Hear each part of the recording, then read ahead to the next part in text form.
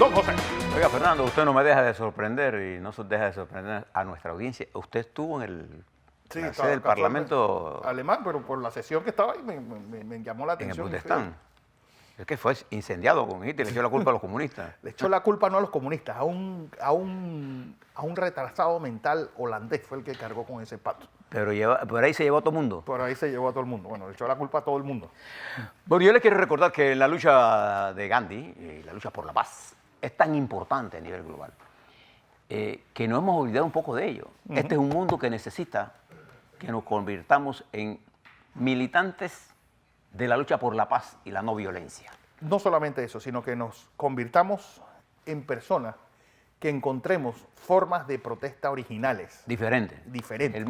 Esa es la gran genialidad de Gandhi fue esa. Las formas de lucha política son infinitas y la hemos reducido a cerrar calles.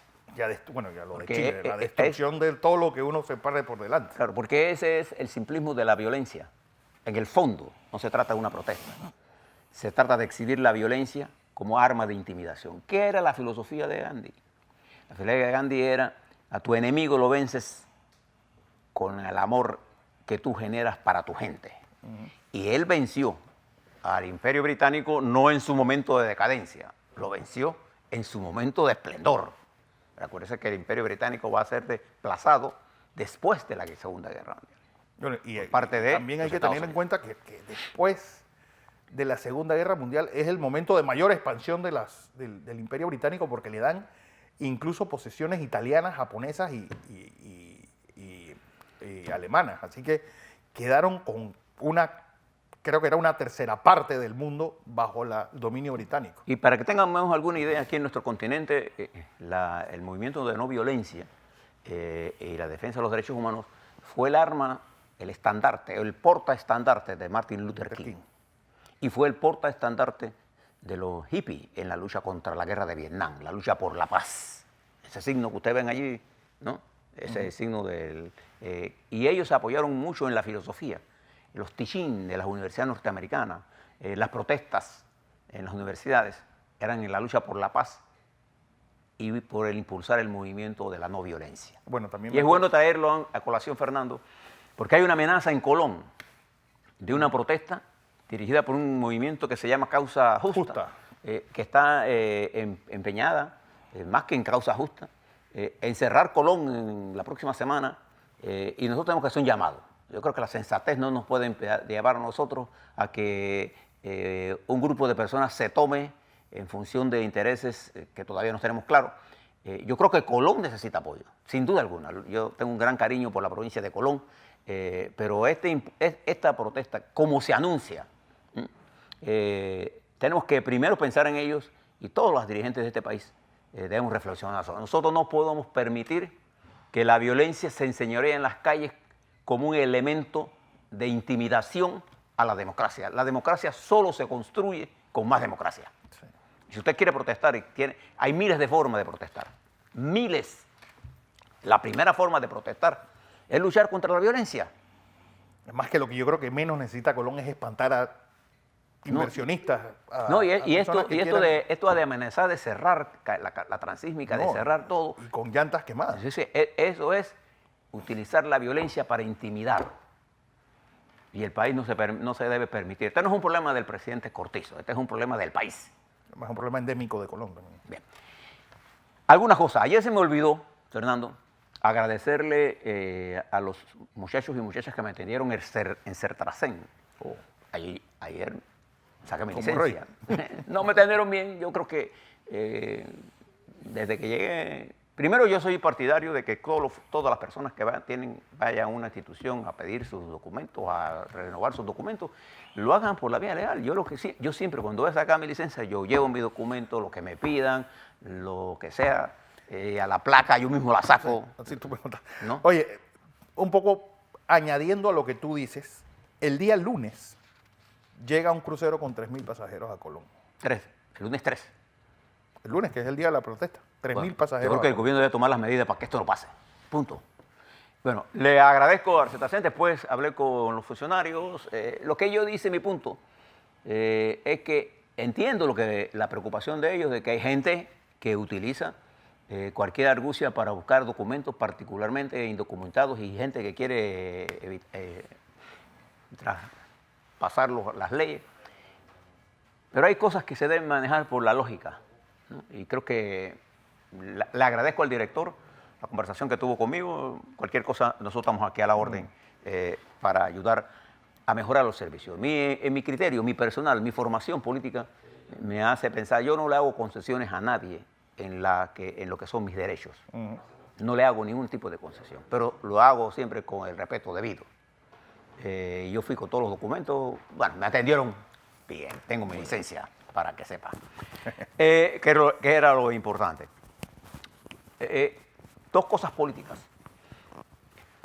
El magistrado presidente Araúz del Tribunal Electoral, frente al caso de la Junta Directiva de Cambio Democrático, a él, la Junta Directiva, negara en primera instancia, en esa instancia, la celebración de una convención extraordinaria, pasa a decisión del Tribunal Electoral. Y la ley es clara. Si usted tiene la cantidad de personas, yo no veo cómo el Tribunal Electoral lo pueda negar. Si lo niega, de todas maneras, entonces el Cambio Democrático, no veo forma, Fernando, que no sea dividido. Los que apuestan a no hacer la convención, apuestan a la división. No se engañen. Bien. Dos, veo el Partido Panameñista en movimiento en todo el país, en entrenamiento. Y quisiéramos ver a todos los partidos en eso, en retomar posiciones, porque vienen momentos difíciles. Momentos difíciles no para el presidente Cortizo, para el país. Y tenemos que enfrentarlo en conjunto. Por eso que esta televisora les presenta a ustedes un escenario internacional rico en posibilidades, pero también lleno de peligros. Y para avanzar en el peligro, todos somos necesarios. Todos somos necesarios. Siempre que actuemos con sensatez y con sentido común. Ayer estaba hablando sobre la reunión de mañana que ha copado la intención. Entonces, vamos a hacerle un análisis entre broma y seria. Se ha llamado una reunión aquí cerquita en un hotel en Playa Bonita para una evaluación que el presidente Cortizo hará de su gabinete. De acuerdo a lo que circula en las bases sociales, se espera que el presidente tome algunas decisiones sobre algunos cambios. Que debería hacer. Eso es una potestad de él, constitucional.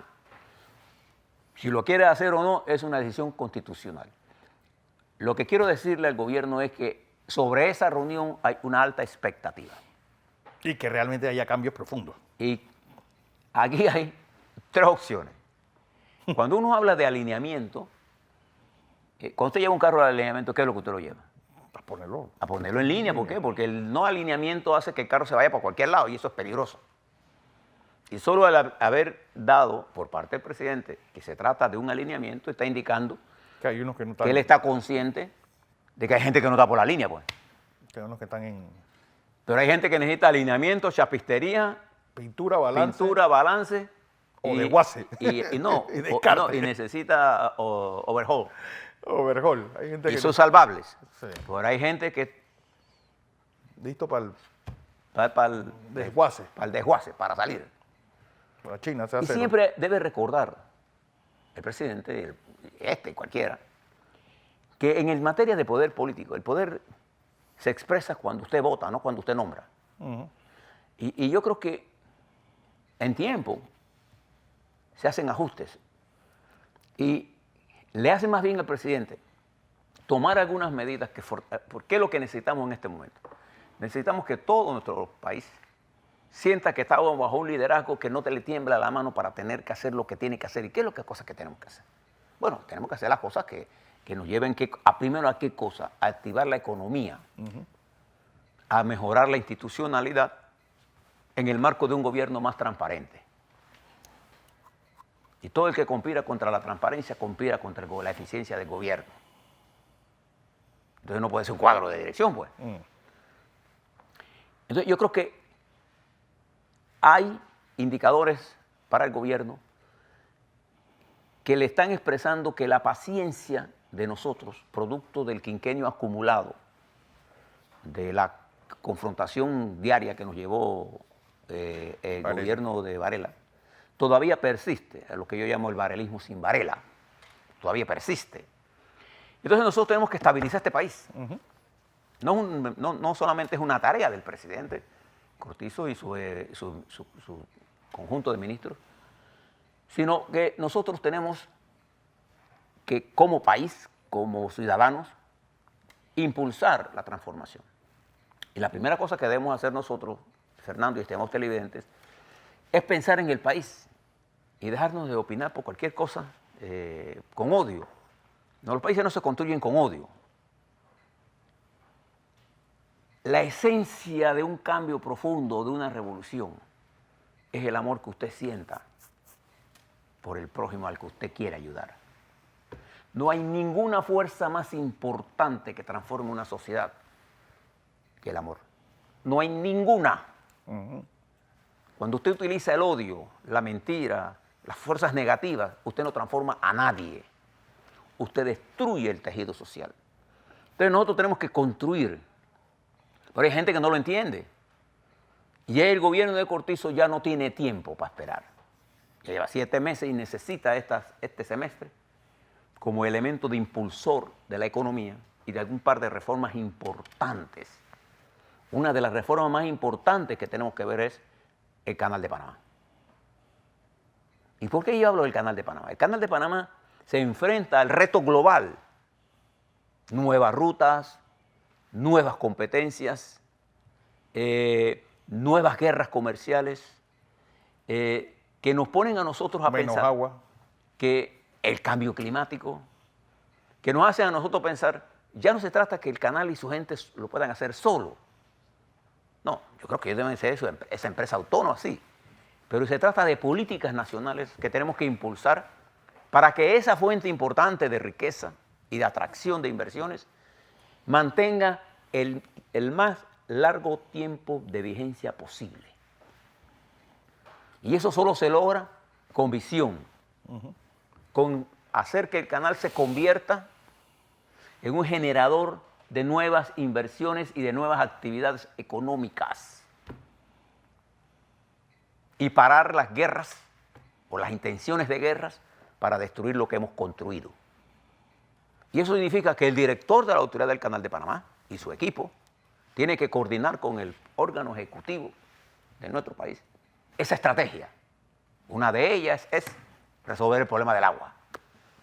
Hoy aparece en un diario la posición de AES con respecto a Bayano. Bueno, tenemos que estudiarlo todo. Pero para hacer todas esas cosas, nosotros necesitamos elevar el nivel del debate a ese tema. Necesitamos elevar el nivel de debate de la educación. Ayer escuchaba al presidente decir que el cambio viene poco a poco, que no se puede hacer todo. Lo vi como... Yo creo, presidente, que podemos hacer muchas más cosas en la educación si incorporamos más fuerzas. A mí no me gusta cuando los presidentes pierden cierto nivel de estamina frente a una reforma que es impostergable, que es la educación. Nosotros necesitamos que el procurador de la nación y el controlador de la nación jueguen el papel de estabilizador de la institucionalidad y cierren sus oídos a los intereses que desde ciertos niveles de información o de poder económico intentan desviarlos del camino de la reconstrucción de áreas importantes. Nosotros tenemos que restaurar en los panameños un nivel de credibilidad hacia la institucionalidad. Aquellos que se jactan todos los días de estar destruyendo los partidos políticos y de estar haciendo glositas y glosotas, ¿no?, para destruir la institucionalidad. Yo viví eso en Venezuela. La institucionalidad venezolana fue destruida por los medios de comunicación que destruyeron los partidos políticos, ADECO, COPEI, la estructura política partidaria, y el resultado fue el chavismo. Ahí está. Todos los días de Dios que usted llegaba a Venezuela, usted ponía la televisión y ¿qué veía? La destrucción de la estructura política. Ahí está. Ese es el resultado que tenemos ahí. Entonces uno tiene que mirar siempre, y es allí por eso que yo elevo a categoría de importancia la capacidad que tiene el presidente Cortizo de poder conversar con los partidos políticos, que de hecho la hace. El gobierno de Varela no se hacía eso. Eso era como, él no hablaba ni con su partido. Hablaba con los militares esto. Y entonces hablaba con los policías esos que tenían allí, ¿no así? Que lo que querían era pegarle a fulano, a sutano, a mengano, y métele miedo a este, ponelo preso a esto, sácalo por la noche, presiónalo. Eso es lo que pasaba. En abierta violación. Usted vio a la Comisión de Derechos Humanos hablar de esto. ¿Cuál? Cantamañanas estos que salen todos los días hablando de institucionalidad y transparencia. Entonces yo le hago un llamado tanto al señor Procurador como al señor Contralor, que la Constitución en su artículo primero establece la armónica colaboración, pero también establece la responsabilidad de que estos dos altos funcionarios tengan una comprensión estratégica de hacia dónde vamos. Y esa responsabilidad es del presidente transmitírselo a ellos, y esa responsabilidad de ellos entenderla para saber hacia dónde vamos. Y cuál es, en ese hacia dónde vamos, cuál es la función de cada uno de ellos. No lo que le están alimentando por abajo. Las fuerzas políticas que tienen cero interés en transformar nada. ¿Quién lucra de esta situación actual? Los que siempre, amparados en las sombras del poder económico, se han tomado las estructuras políticas para impedir los cambios. ¿Quién se perjudica de esto? Lo que Cortizo llama la desigualdad, los pobres, los colonenses, los agricultores, los campesinos. La sexta frontera, la quinta frontera que le llaman. Estas cosas son las que tenemos que evaluar y poner en el primer plano del debate. Ojalá mañana haya una discusión política. Yo creo que el gabinete, yo recuerdo en la época del general Torrijos, algunos gabinetes se dedicaban exclusivamente para hablar de política. Cuando hablo de política me refiero a política institucional, sí, hacia dónde vamos. Si todos sabemos hacia dónde vamos, cada cual sabe qué tiene que impulsar. Eso no quiere decir que saber hacia dónde vamos tenemos que estar de acuerdo en todo. No, hay miles de cosas en las que no vamos a estar de acuerdo. Pero eso es normal. Pero hay líneas estratégicas y conceptuales donde no podemos darnos el lujo. Si no, miren dónde está España. Que puede quedarse sin gobierno, para que ustedes sepan. Sí, en cualquier momento. Sin gobierno. E Italia. Okay. Vamos a darle seguimiento. Vamos a ver en ese alineamiento quién sale bien en línea, quién no sale, quién pasó al desagüe, al desguace. Quién fue a pasar overhaul, le hicieron... Pero sí es necesario que el presidente salga, y es hablando obviamente en manera hiperbólica, con dos cabezas o alguna cabeza en la mano. Alguien de este alineamiento tiene que ir para el desguace. Claro, yo creo que el gobierno debe entender que la gente está pidiendo cambio. Sí, no se engañen. Entonces, el juego del poder, y hablo del juego del poder entendiendo el poder como una estructura que se mueve, por eso le llamo juego, no es que es un juego, no. Porque hasta en eso la gente comienza, en la estructura del poder, el maestro y los grandes maestros de la teoría del poder le establecen claramente, hay decisiones que los gobiernos tienen que tomar para calmar las ansiedades.